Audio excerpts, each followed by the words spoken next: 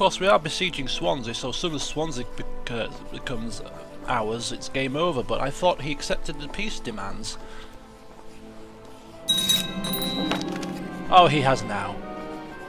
He has now. That's fine. I thought it was a bit strange. He was pondering it for a while. Shall I give up? Shall I not bother? Shall I? Okay, I'll just give up. George of Cornwall usurped the title County of Glamorgan from something Ap Mirig. God, I such complex names. We win the war, which means we get a bit of prestige, and we actually conquer the land here. I think that chap becomes a nobleman of some distant realm, and off he tots. Out of my hair!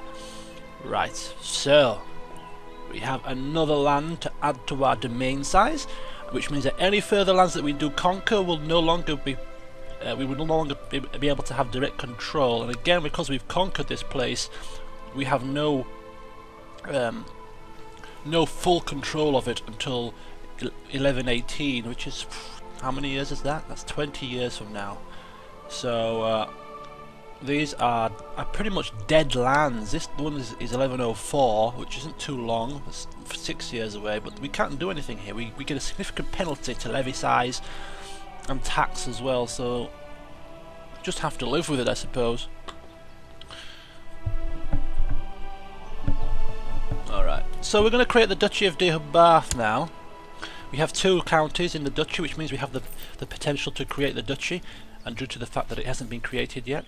So it will cost us 200 prestige, which we just about have, and 163 gold. Wow, that's quite expensive. But we have the coffers, we have the prestige, and so we might as well use it to some means. I mean, it's only a title, it doesn't give us anything extra, apart from the fact that we will have a de jure claim on this here, which we are going to press. So we are now Duke George of Cornwall and Deheubarth. So we have two duchy titles to go along with our 3 counties. And we can now press a de jure ducal claim on Gwent. Now, being the honest and fair chap that I am, I'm not immediately going to come here with my army and blast the gates down and say, I'm here, get me off, coffers, and give me everything. I'm going to actually give him a chance to capitulate to me diplomatically. Now, I doubt he's going to accept, because he hates my guts. He's furious. He desires the duchy himself. He's a title claimant to the duchy, and therefore his opinion of me is very, very low. But if he had a decent opinion of me, I could actually offer vassalization, which would basically say, look, I am the Duke of this land. You have some lands that by law belong to me. Swear your fealty to me, and no blood shall be shed. What say you, Count Owain of Gwent? And he turns round and sticks 2 fingers up and says, up yours, Count George, over my dead body. There is no way we are going to sway him.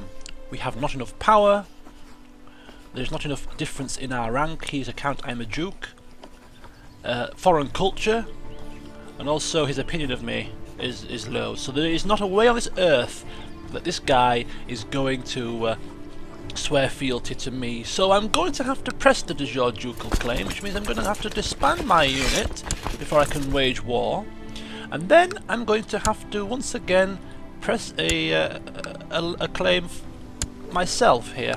Now, the difference between the fabricated claim and the de jure claim is the fact that when I do press the de jure claim... Wait a minute. Hold your horses here. Did my son fabricate a claim already on Gwent? Ah, he did indeed. Alright, I must have missed that last time. My son has already fabricated a claim on Gwent, so I could de jure claim. I could press the de jure claim on Gwent, or I could actually press my own personal claim. Now I'm going to press my own personal claim because that will give me the ability to install my own vassal, rather than the de jure claim, which will have him as my vassal. Seeing as he hates my guts, that's not good for business. So I'm going to press my own claim now. Prestige wise, money wise, do I have it? Do I have enough to do it? Oh, it don't cost me anything. Okay, that's fine. We're at war. We're at war with this fella, and we want to kick his backside. But before we do, as per usual, before we start launching the troops, I'm going to go into my allies here and just say, look, I require assistance once more. And I think this time we're going to go further afield and just see if the Duchess of Normandy will offer her help here. Maybe. Let's see. Normally we go further afield, we go close to home, but let's just see if the Duchess of Normandy will offer us aid here. Just test the waters. Hopefully my son Ambrose will twist her arm. Lovely. And make up for his hasty plotting and scheming against us. He joins, which means that we can raise the troops ourselves. I'm just going to pause this while I get the troops in order here.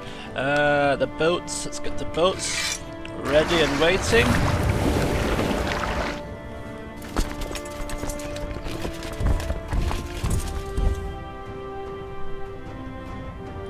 Alright.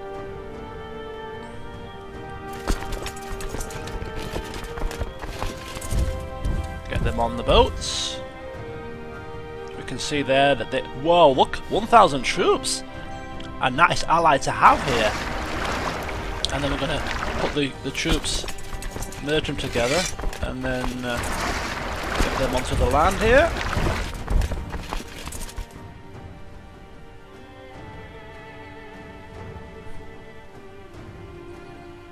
So it looks like Wales is suffering big style in terms of war. The war-torn Wales here is left, right and centre. People are claiming land. We're going to have our ships disband in their home port, and here comes the Normandy ships. I think, is it the Normandy ships? No, there they are. There's the Normandy ships sailing along, hopefully soon to assist us in capturing Gwent. In fact, we don't even need their assistance, to be honest with you. We're doing just fine. He has only a minimal amount of troops and no allies, so it should be a fairly simple process. But of course, having more troops siege the place should make it happen that bit quicker. So there we go. Once again we lay siege to land for the good of our dynasty.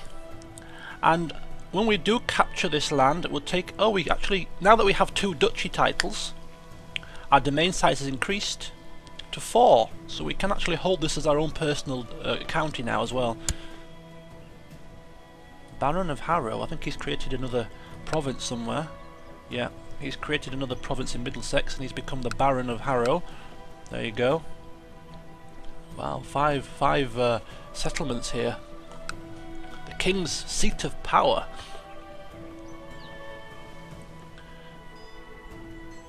So we have our Chancellor now doing nothing, so I think we better, as I say, start pressing further claims in Wales. Now we do have, I think the county of whatever this is called is going to fall to the English forces, and therefore there's no point of pressing a claim there, which leaves us with the Duchy of Gwynedd, I think it's pronounced. I think double D's a th sound, from what I can remember from the comments that somebody made. The Duchy of Gwynedd, I think we need to get ourselves a claim here as quickly as possible, because this is the next logical land to take. So we're going to go over there and do that. Okay, that's lovely. What I'm going to do now, I'm just going to bump the speed up to 2 speed, and we'll just observe England. Look at the might of England, just sending all these troops down to crush a single county. Overkill, I think. Just a touch.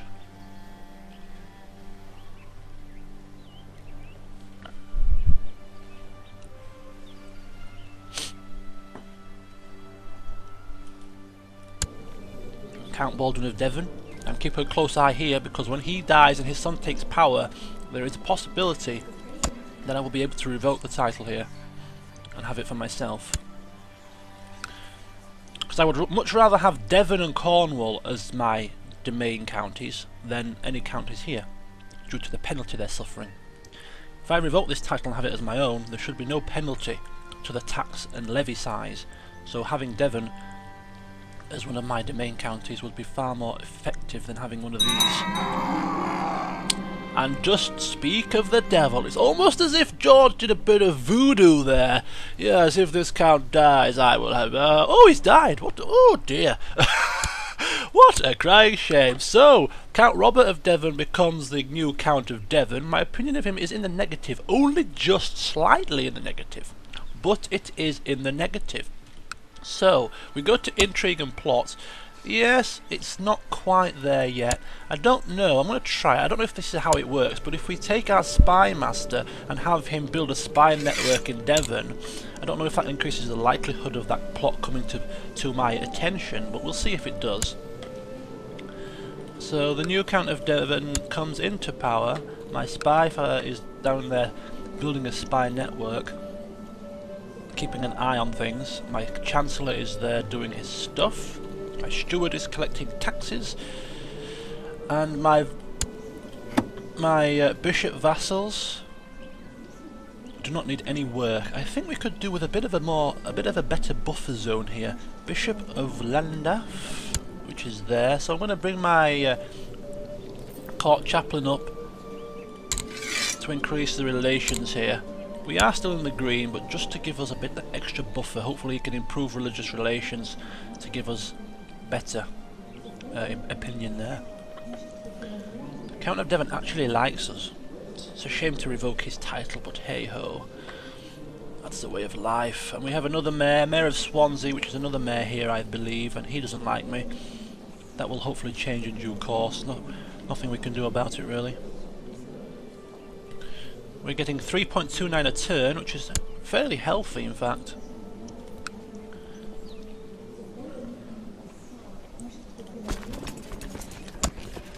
No, it's weird. Right, we're going to remove him from our list now. He's dead. There's no point of having him there. We just leave ourselves with Arthur and Little Bella.